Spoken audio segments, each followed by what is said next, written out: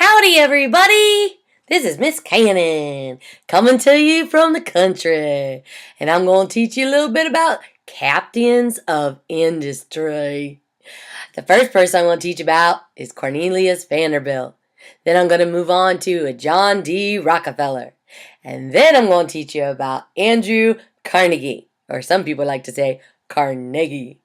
But before I teach you anything today, I would like to show you a little clip from a mini-series called The Men Who Built America. You guys are really going to like this if you get a chance to watch it. Highly recommend it. And it's going to start any day now. 1, 2, 3, go. It was chaos, and I brought order. It was done the way it was because that's the way it had to be done. No one complained when I brought light into every home. No one complained when I provided thousands of jobs. Oil is what this country runs on. You call it monopoly. I call it enterprise. This is the future. Nothing's impossible. We're in the early days of a new industry. Ladies and gentlemen, the electric light. You want a cartel between oil and railroads. Here's to new alliance. Indeed. Congratulations, Carnegie. You're now the richest man in the world. How many more companies will go bust, Mr. Morgan? Or we're on the verge of depression. Not if we act wisely. The war's not over. It's only just beginning.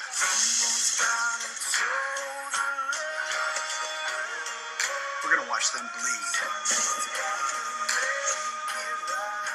I'm giving you one more chance to call off this strike.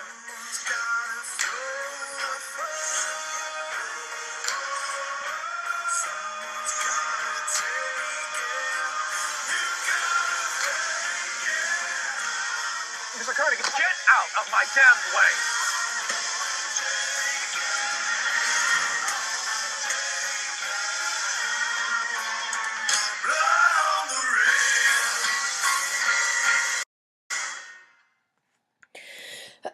Not bad.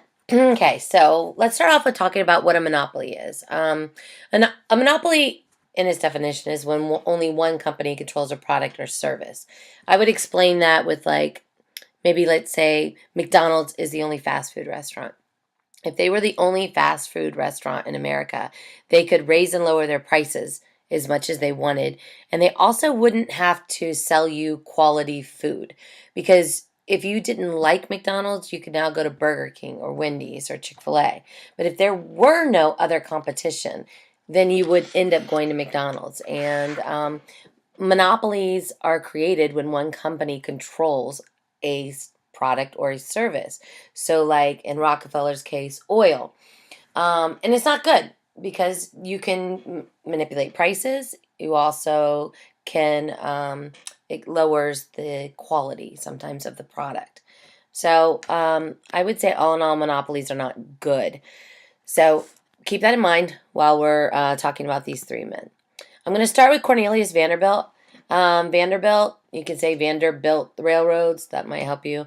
But let's go into his background a little bit. Here are 2 quotes from Vanderbilt. "I don't care half so much about making money as I do about making my point and coming out ahead." Okay. Next one. "You have undertaken to cheat me. I won't sue you, for the law is too slow. I'll ruin you." He was kind of a ruthless guy. He was born in New York City. He grew up poor. Not New York City, excuse me, in New York. He grew up poor. He began his first business as the owner of a ferry boat. Just one ferry boat, but he turns this ferry boat into a fleet of ships. And during the Civil War, he sees the building of the Transcontinental Railroad and realizes, I think trains will one day be the next big thing. Well, if you're going to make a lot of money, you better know what the next big thing is going to be. So what he does is he decides to sell all of his ships, and he invests all of his money into railroads. And he tries to buy every railroad in America, but some people won't sell their railroads to Vanderbilt. But like I said, Vanderbilt is ruthless. And there's this Albany Bridge that leads into New York. It's like the only bridge that has a train leading into New York. And so he owns it. And what he does is, he basically shuts down the Albany Bridge, and he says, if anybody has a railroad that tries, you can't come over my bridge now. So all their products can't get into New York City. And what happens is their products are just sitting there. They're not making any money, and their stock starts to fall. And when their stocks start to fall, Vanderbilt, who's got lots of money, buys all their stocks. And they basically have to sell some of their railroads to him. I'm going to show you a little clip from the documentary or miniseries that I was just showed you a clip of Vanderbilt doing this very thing.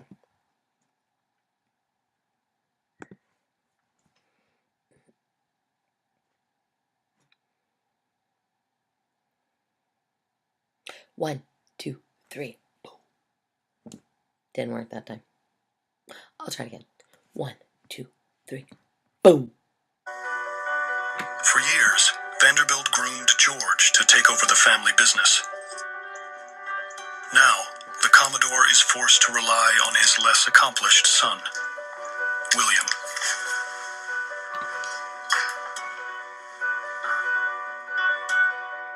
I'm making you operations director of the Hudson Railroad.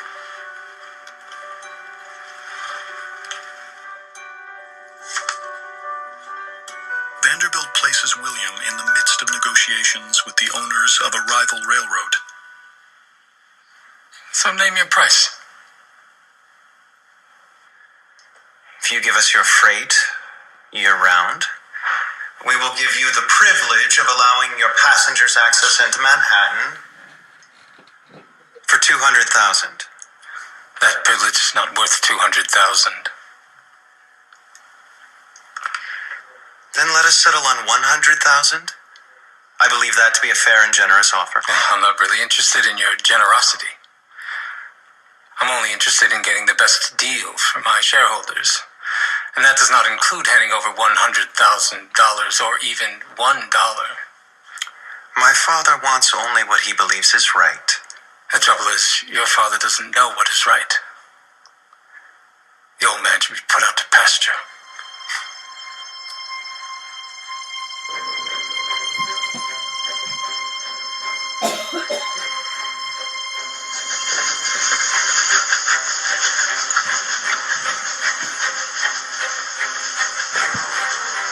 The message is clear. The competition no longer sees Vanderbilt as a man to fear. People are always rooting for very successful people to fail. The day people are not taking shots at you, it means you're not on top anymore. But where they see weakness, the Commodore sees an opportunity to assert his dominance and teach William what it means to be a Vanderbilt.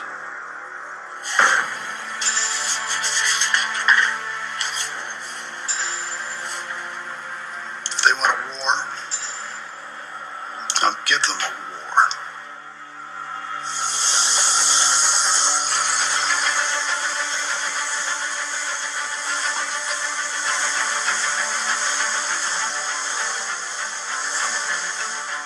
Vanderbilt owns the only rail bridge into New York City.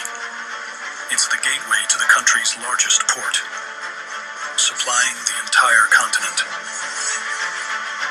Vanderbilt knows this is the hammer he needs to beat his rivals into submission. Sit down.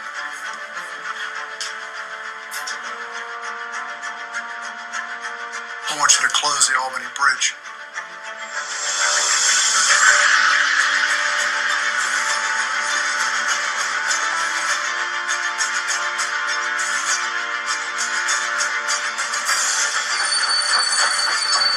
Without the bridge, every other railroad is shut out of New York City. Vanderbilt, in essence, single-handedly erected a blockade around the nation's largest city, cutting it off from contact with the rest of the country. He was now asserting his dominance. Ladies and gentlemen, this train will not be going any farther. We're going to watch them bleed. Shutting the bridge blockage leaves millions of pounds of cargo unable to reach the rest of the country, and slowly bleeds his competitors dry.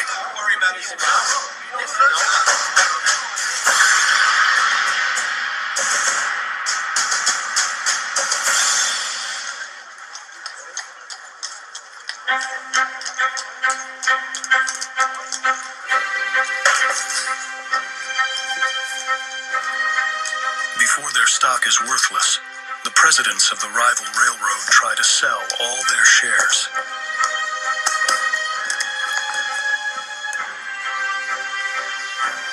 Word quickly reaches Wall Street, triggering a massive sell-off.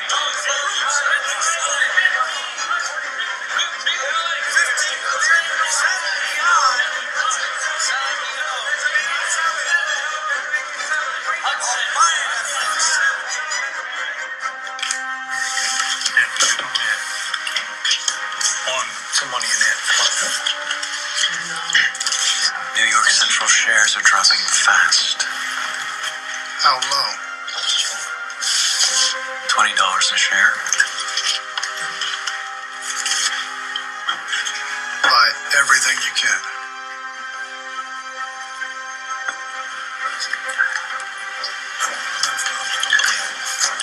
Too comfortable.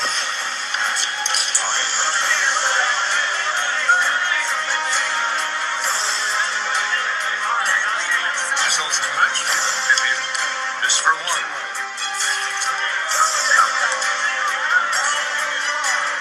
Vanderbilt was buying all of that stock that suddenly flooded the market at rock bottom prices.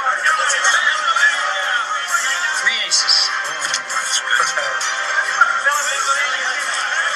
In just days, Vanderbilt takes control of the rival railroad, creating the largest single rail company in America.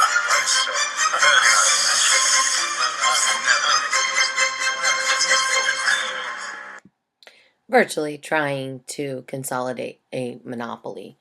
So Vanderbilt consolidates his railroad monopoly before oil and steel even came into power in this country. Vanderbilt was basically on top. He wanted to own all the railroads, of course, but there was one seller, Thomas Scott of the Pennsylvania line, who would not sell to Vanderbilt. So Vanderbilt decided, well, to become more powerful, he was going to need to move a resource by his trains that no one else could move. But he had to figure out what resource he could move on his trains.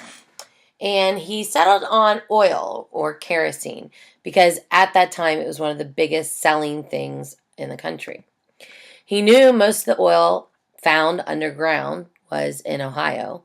He also needed an oil refinery that was close to his railroads. And he found one. And it was owned by a guy named John D. Rockefeller. So he calls Rockefeller for a meeting, but Rockefeller misses the train to go meet with Vanderbilt.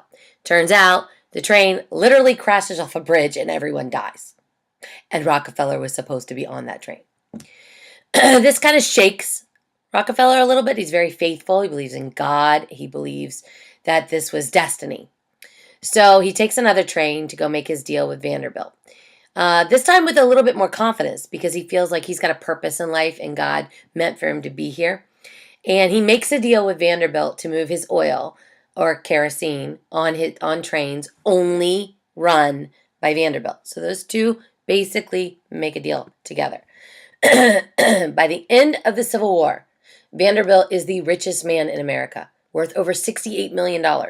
This is $75 billion today. He helps to build Grand Central Station in New York City and dies at the age of 82. He didn't give very much of his money away to charity. People give a lot of their money when they're rich to different charities and stuff. It's usually called philanthropy. So I would not call him a major philanthropist at all. He did give some of his money away, but not much at all. When he dies, he basically leaves all of his millions to his son. Here's a little video on Cornelius Vanderbilt. Kind of funny.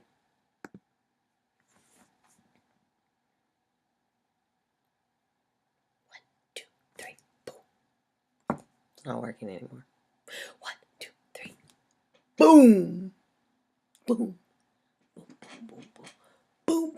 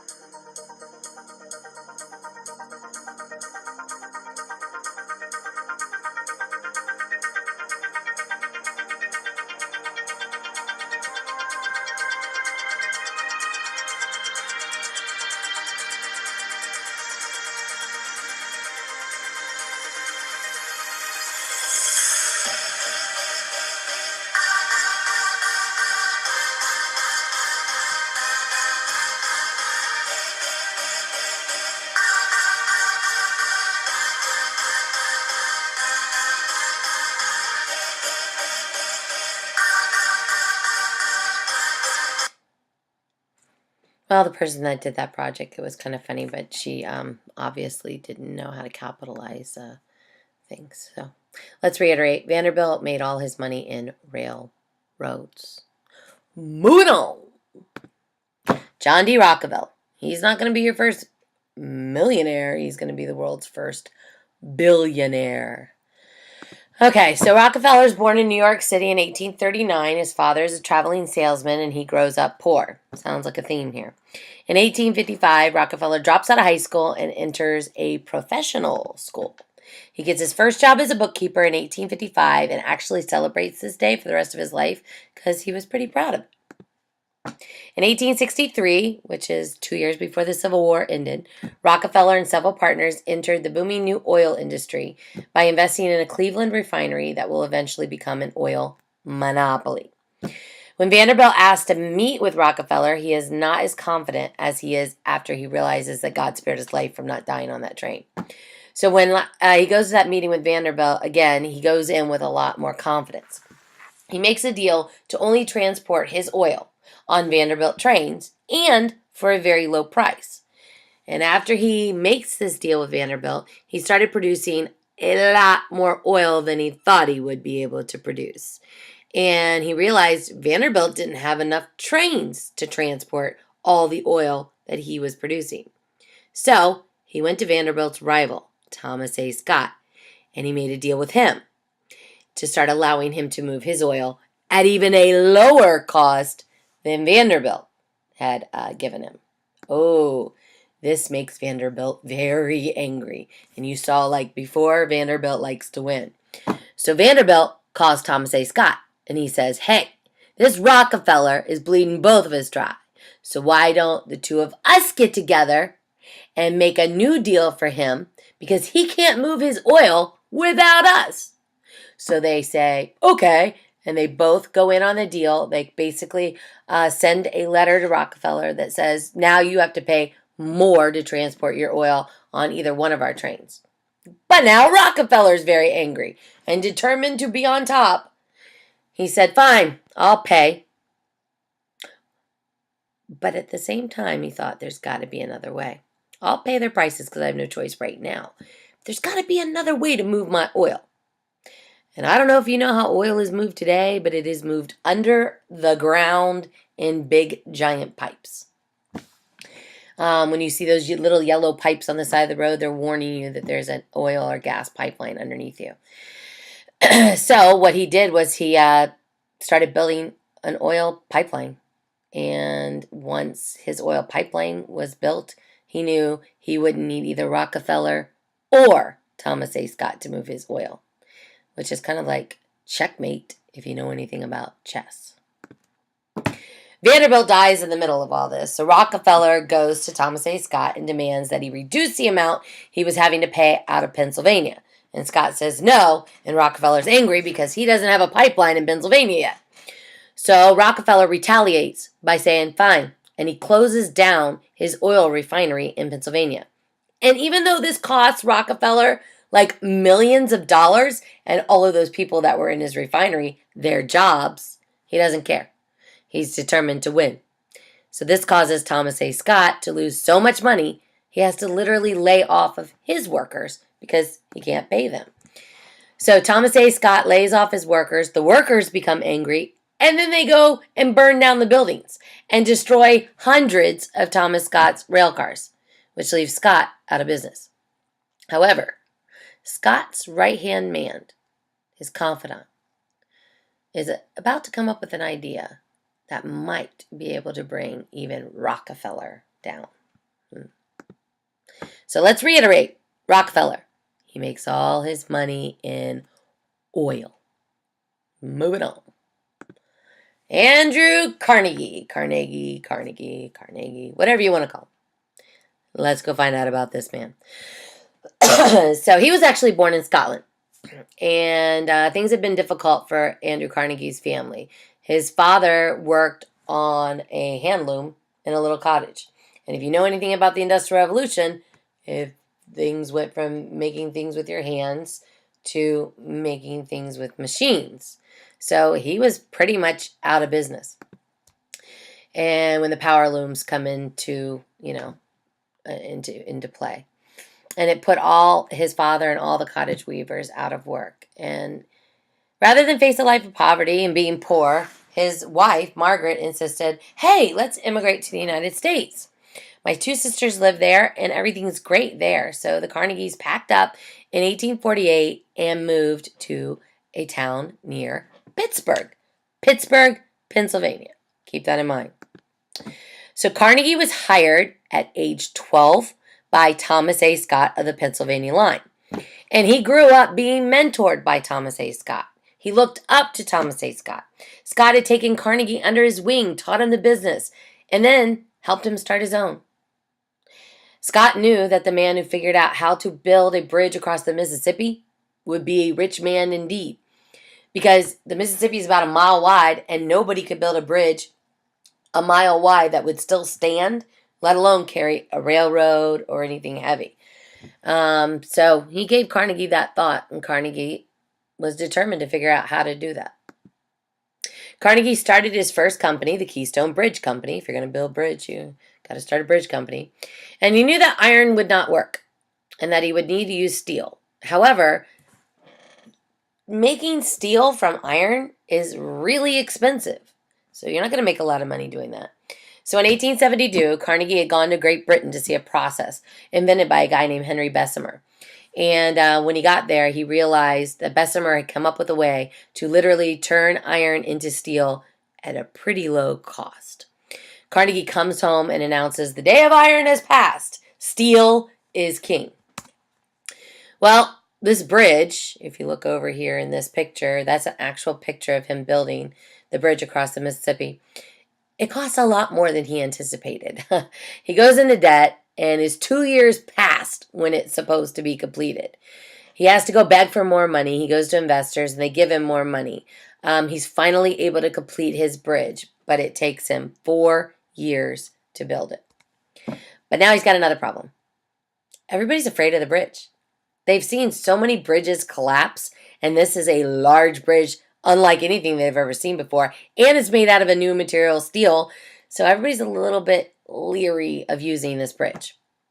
So he goes with an old adage, okay? people used to believe, a popular notion was that elephants instinctively would never go across a structure unless it was steady. So he says, well, bring the cameras, bring the newspapers. I'm going to walk an elephant across my bridge. And if the elephant goes across this bridge, it'll work. But it's a gamble, because you never know if the elephant's really going to go across or not. Sure enough, the elephant goes across the bridge, and the gamble pays off, and everybody is willing to use his bridge. When this succeeds, he gets more and more requests for his steel than ever before. Railroads want to replace their bridges and rails with, of course, steel.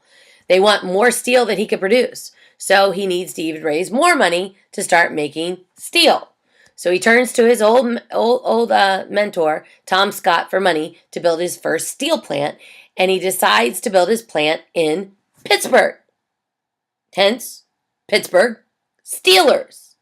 Yes, Steelers, Pittsburgh. Yes, history. There you go. Now that Scott is dead and Carnegie has lost his mentor, the man meant more to him than anyone in the world, he believed Rockefeller is the one that drove Scott to his grave. And he kind of wants revenge. And he has the money from his steel monopoly to try to get it. He sees, I can make a ton of money building skyscrapers. You know, he had seen that the city was building out. But with his steel, he could think, build up, not out. And modern America will be built using Carnegie's steel. Carnegie tries to outdo Rockefeller, but he fails to become richer than Rockefeller. He ends up instead selling his entire business to a man named J.P. Morgan in 1901. He sells it to him for $480 million. Okay, the sale of his company makes Carnegie one of the richest men in the world. He now has a fortune. $500 million. That's $500 million. And he already knew what he was going to do with it. What do you think? I bet you don't know. He's going to give it all away. I know what you're thinking. What? Wait a second. Carnegie and Rockefeller are both major philanthropists. Giving money to charities. They both gave a lot of their money to various charities. Carnegie, 7,689 organs, or you like to call them pianos, to churches. He built more than 1,900 libraries in towns throughout the United States. He gave money to colleges. And when he died at the age of 83, he had nearly spent all of his $500 million. That's pretty cool. So let's reiterate. Carnegie made all his money in steel. This is how I remember it. Vander built the railroads, or the R in Vander, RR, Vanderbilt. Rockefeller's got an O for oil. And then Carnegie's got 2 E's for steel. So Carnegie Steel, Rockefeller Oil, and Vanderbilt the railroads, if that helps you.